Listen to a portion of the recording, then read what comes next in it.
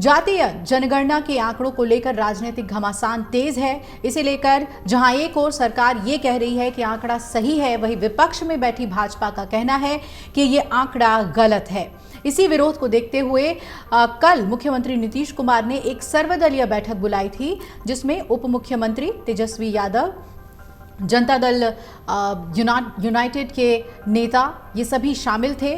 और इस बैठक में नीतीश कुमार खासतौर पे उन्होंने इस पर चर्चा की कि जो आरोप लग रहे हैं विपक्ष के उसका जवाब कैसे देना। आपको बता दें, जनता दल यूनाइटेड के प्रतिनिधि और राज्य सरकार के मंत्री विजय कुमार चौधरी भी इस बैठक में थे। विजेंद्र यादव, पूर्व मुख्यमंत्री और हिंदुस्तानी आवामी मोर्चा के प्रमुख जीतन राम मांझी, कांग्रेस विधायक दल के नेता शकील अहमद खान और असदुद्दीन ओवैसी की पार्टी AIMIM के इकलौते विधायक अख्तरुल ईमान, CPM के अजय कुमार, CPI-ML के महबूब आलम, CPI के सूर्यकांत पासवान और फिलहाल विधानसभा में विपक्ष के नेता विजय कुमार सिन्हा मौजूद थे।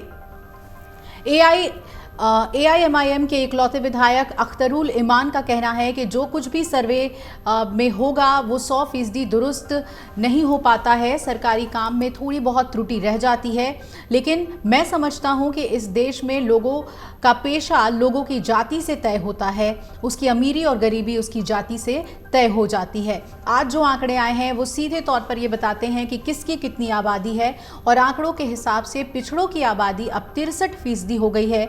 इसलिए अब आरक्षण में उनका आकार बढ़ना चाहिए। और इन 75 से 76 सालों में रिजर्वेशन के बाद भी SC/ST की सीट खाली रह जाती है नौकरियों में, और इसका मतलब उनका सामाजिक और शैक्षणिक और उनका आर्थिक उत्थान नहीं हो सका है। ये हाल माइनॉरिटी का भी है, इसलिए रिजर्वेशन का आकार बढ़ना चाहिए।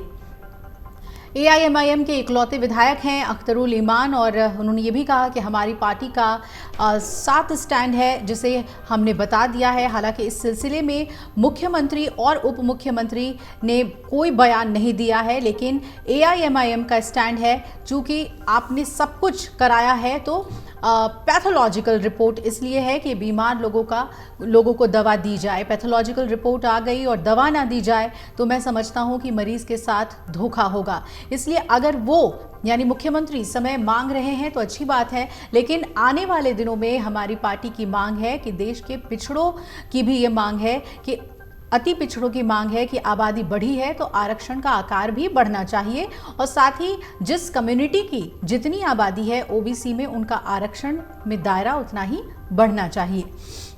अब आपको बता दें कि बिहार सरकार ने सोमवार को महात्मा गांधी की जयंती पर जाति आधारित सर्वेक्षण रिपोर्ट जारी की थी, और रिपोर्ट के मुताबिक बिहार की आबादी 13 करोड़ से ज़्यादा है।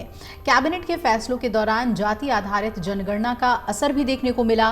कैबिनेट सेक्रेटरी S सिद्धार्थ ने मीडिया को ब्रीफ करते हुए बताया कि सामान्य वर्ग के आर्थिक रूप से कमज़ोर वर्ग के अभ्यर्थियों को आरक्षण दिया गया है और इसका लाभ न्यायिक सेवा में मिलेगा। बिहार उच्च न्याय सेवा संशोधन नियमावली 1951 और बिहार असैनिक सेवा न्याय शाखा भर्ती नियमावली 1955 में संशोधन पर भी मुहर लगी है। बिहार उच्च न्याय सेवा संशोधन नियमावली 2023 और बिहार असैनिक सेवा न्याय शाखा भर्ती संशोधन नियमावली 2023 की स्वीकृति दी गई है। आर्थिक रूप से कमजोर वर्ग के अभ्यर्थियों को 10% का लाभ मिलेगा। अमर उजाला अब आपके टीवी पर भी।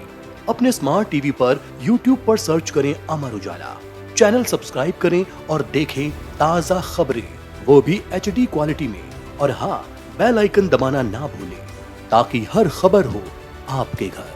अमर उजाला, निष्पक्ष, निर्भीक, निरंतर।